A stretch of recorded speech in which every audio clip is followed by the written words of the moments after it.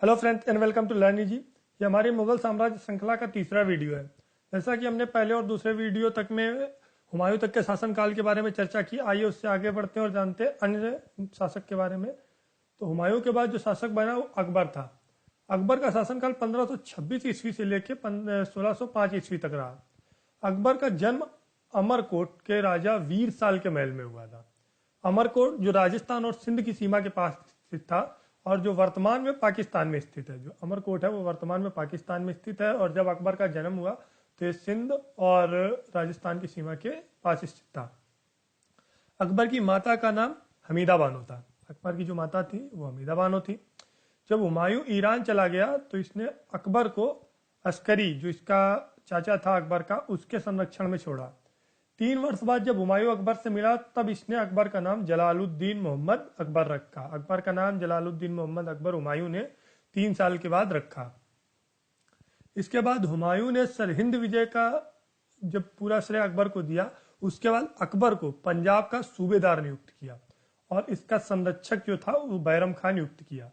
हुमायूं ने सरहिंद विजय के बाद अकबर को पंजाब का सूबेदार और अकबर का संरक्षक बैरम खान नियुक्त किया। राज्याभिषेक की बात करते हैं तो अकबर का राज्याभिषेक 14 फरवरी 1556 ईस्वी को पंजाब के गुरदासपुर जिले में स्थित काला नौर नामक स्थान पर हुआ। जब हुमायूं की मृत्यु हुई पुस्तकालय की सीढ़ियों से गिरकर, उस समय जो अकबर था वो पंजाब विजय पर था, पंजाब अभियान पर था। जब इसको खबर मिली कि हुमायूं की मृत्यु हुई है तब इसका राज्याभिषेक जो था वो पंजाब के जो गुरदासपुर जिला है वहां पर कारनौल नामक स्थान पर हुआ। यह जलालुद्दीन अकबर बादशाह गाजी के नाम से दिल्ली पर गद्दी पर बैठा। जब ये गद्दी पर बैठा, जब इसने अपना राज्याभिषेक कराया तो इसने अपना नाम जलालुद्दीन अकबर बादशाह गाजी रखा। बात करते हैं इसके प्रमुख युद्धों की। तो सबसे पहले बात करते हैं पानीपत का दूसरा युद्ध। पानीपत का दूसरा युद्ध जो 5 नवंबर 1556 ईस्वी को अकबर तथा हेमू के बीच लड़ा गया। हेमू जो था वो मोहम्मद आदिल शाह का सेनापति था। हेमू मोहम्मद आदिल शाह का सेनापति था। प्रारंभ में हेमू ने खुद को दिल्ली और आगरा का स्वतंत्र शासक घोषित कर विक्रमादित्य की उपाधि धारण की थी। हेमू ने दिल्ली और आगरा का स्वतंत्र शासक खुद को घोषित किया था और हेमू ने जो अपनी उपाधि धारण की थी वो विक्रमादित्य थी। अकबर के पास हेमू से काफी कम मात्रा में सैनिक थे, सैनिकों की संख्या काफी कम थी। तत्पश्चात भी अकबर ने जीत प्राप्त की और हेमू की मृत्यु हुई। इस युद्ध में अकबर ने जो है विशेष जो रहा वो अकबर को 1500 हाथी मिले थे। इस युद्ध में अकबर ने 1500 हाथी जीते थे। 1556 से लेके 1560 ईस्वी तक बैरम खां जो था वो अकबर का संरक्षक रहा। जैसा कि बाबर ने नियुक्त किया था वैसे ही बैरम खां इसका संरक्षक रहा। 1561 ईस्वी में मक्का जाते समय गुजरात के पाटन के निकट मुबारक खां नामक युवक ने बैरम खां की हत्या कर दी। 1560 से लेकर 1564 ईस्वी तक अकबर जो था वो हरम की स्त्रियों के प्रभाव में रहा। हरम जो एक प्रकार की स्त्रियों का दल था मुगल काल में, ये उसकी प्रभाव में रहा। इसमें इस काल में जो चार वर्षों का जो शासन काल था, इसमें इसकी धाय माँ जो थी महामनगा, उसका प्रभाव सबसे अधिक रहा। इसकी धाय माँ महामनगा का प्रभाव सबसे ज्यादा रहा। इन 4 वर्षों के शासन को पर्दा शासन के नाम से भी जाना जाता है। ये जो 4 वर्ष का शासन था जिसमें अकबर हरम की स्त्रियों के प्रभाव में रहा, उसको पर्दा शासन के नाम से भी जाना जाता है। अन्य अभियान की बात करते हैं। जो मालवा अभियान था जो 1561-62 ईस्वी में हुआ, तो मालवा अभियान में उस समय मालवा का जो शासक था वो बहादुर शाह जफर था और मालवा के शासक बहादुर शाह जफर की अकबर ने हत्या कर दी और मालवा को जीत लिया। इसके बाद एक अन्य अभियान गोंडवाना अभियान हुआ जो 1564 ईस्वी में हुआ। इस समय यहाँ पर रानी दुर्गावती का शासन था। जब गोंडवाना पर 1564 ईस्वी में अकबर ने अभियान किया तो उस समय यहाँ की जो शासिका थी वो रानी दुर्गावती थी। चौरागढ़ के निकट इस युद्ध में रानी दुर्गावती की पराजय हुई और गोंडवाना मुगल राज्य का हिस्सा बन गया। जब युद्ध हुआ गोंडवाना युद्ध, वो चौरागढ़ के निकट हुआ, जिसमें रानी दुर्गावती की हार हो गई और मुगल काल का और विस्तार हुआ, मुगल साम्राज्य का और विस्तार हुआ और गोंडवाना जो है मुगल साम्राज्य में शामिल हो गया। अब बात करते हैं राजपूत अभियान की। अकबर ने राजपूतों के लिए 2 प्रकार के प्रस्ताव पेश किए थे। जो राजस्थान के राजपूत थे उनके लिए उसने 2 प्रकार के प्रस्ताव पेश किए। पहला एक संधि प्रस्ताव था। इसके अनुसार स्वेच्छा से अधीनता स्वीकार करने पर या फिर विवाह संबंधों को स्थापित करने पर, इन दो में से कोई एक चीज अगर कोई राजपूत अपनाता था तो उन्हें मुगल सेना में उच्च पद देकर उनका जो राज्य था वापस कर दिया जाता था। इसने एक प्रस्ताव यह रखा है कि या तो कोई भी राजपूत स्वेच्छा से इसकी अधीनता स्वीकार कर सकता है या फिर विवाह संबंध स्थापित करके ये इसके साथ संधि कर सकता है, जिसमें उसका राजपूत का राज्य वापस कर दिया जाएगा और मुगल सेना में राजपूत को उच्च पद प्रदान किया जाएगा। और जो दूसरा प्रस्ताव था वो ये था कि युद्ध के इच्छुक राजपूत युद्ध से लड़ाई कर सकते हैं। दोनों नीतियों के परिणाम सामने आए। तो आइए बात करते हैं सबसे पहले स्वेच्छा से अधीनता की। तो सबसे पहले जो परिणाम सामने आया वो संधि का आया। सबसे पहले आमेर के जो राजस्थान में आमेर के जो राजपूत भारमल थे, उन्होंने 1562 में स्वेच्छा से अकबर की अधीनता स्वीकार कर ली और अपनी पुत्री का विवाह अकबर से किया। इसके बाद शर्त के अनुसार जो अकबर ने संधि रखी थी, शर्त रखी थी, उसके अनुसार भारमल का जो पुत्र था भगवान दास और उसका जो पौत्र था मान सिंह, इन दोनों को मुगल शासन में उच्च पदों पर नियुक्त किया। जो दूसरा परिणाम सामने आया युद्ध नीति का, तो उसमें मेवाड़ के राजा राणा उदय सिंह ने युद्ध नीति स्वीकार की और 1567 ईस्वी में अकबर ने चित्तौड़ पर आक्रमण किया। इसके फलस्वरूप जब इसने संधि में स्वेच्छा से अधीनता स्वीकार नहीं की तो इसने इस पर युद्ध की नीति अपनाई और अकबर ने चित्तौड़ पर 1567 ईस्वी में आक्रमण किया। इस युद्ध में राणा उदय सिंह की हार हो गई और वो जंगलों में भाग गया। 1572 ईस्वी में राणा उदय सिंह की मृत्यु के बाद इसका जो पुत्र था राणा प्रताप सिंह, वो मेवाड़ का शासक बना। 1576 ईस्वी में अकबर ने राणा प्रताप के विरुद्ध आक्रमण किया, जिसे हल्दी घाटी के युद्ध के नाम से जाना जाता है। हल्दी घाटी का युद्ध 1576 ईस्वी में अकबर और राणा प्रताप के बीच हुआ। जो राणा प्रताप जो मेवाड़ का शासक था और अकबर ने मेवाड़ पर आक्रमण किया और 1576 में युद्ध किया, जो हल्दी घाटी के युद्ध के नाम से जाना जाता है। हल्दी घाटी के युद्ध में भी अकबर की विजय हुई। चित्तौड़ को छोड़कर संपूर्ण मेवाड़ पर राणा प्रताप सिंह का अधिकार था और राणा प्रताप सिंह की मृत्यु की अगर बात करते हैं तो 1597 ईस्वी में इसकी मृत्यु हो गई। इसके बाद बात करते हैं गुजरात अभियान की, जो 1572 ईस्वी से लेकर 1573 ईस्वी तक रहा। इस समय गुजरात का जो शासक था वो मुजफ्फर खां तृतीय था और 1573 में अकबर ने गुजरात पर अधिकार कर लिया। मुजफ्फर खां तृतीय को इसने हराकर और गुजरात को जीत लिया। गुजरात अभियान के समय अकबर, तो इसमें सबसे इंपॉर्टेंट पॉइंट आता है वो ये था कि गुजरात अभियान के समय अकबर पुर्तगालियों से मिला और पहली बार अकबर ने समुद्र देखा। इसके बाद दक्षिण अभियान की बात करते हैं तो दक्षिण पर आक्रमण करने वाला अकबर मुगल साम्राज्य का पहला शासक था।